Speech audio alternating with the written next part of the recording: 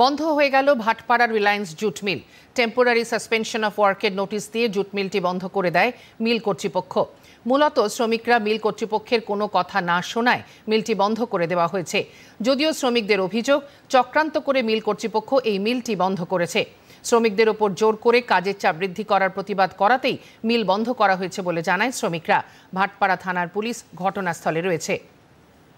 মিল গেটটাই খুলেনি, measurement না fancy দিয়েছে না গেটটা খুলেছে। কেন বন্ধ করলো কেন?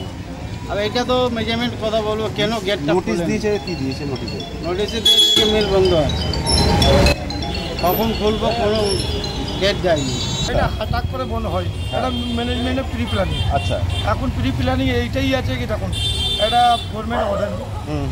হ্যাঁ, আর গভর্নমেন্ট অর্ডার না থাকলে ম্যানেজমেন্ট কী করবে? কোনো জায়গায় তো সুযোগ পাবে। এরকম শ্বশুরবাড়ি শুধু মারা যায় না, কিন্তু জোর জবরদস্তি করতেই হবে, না করলে তোমাকে গেটটিকে আউট করে দেবো।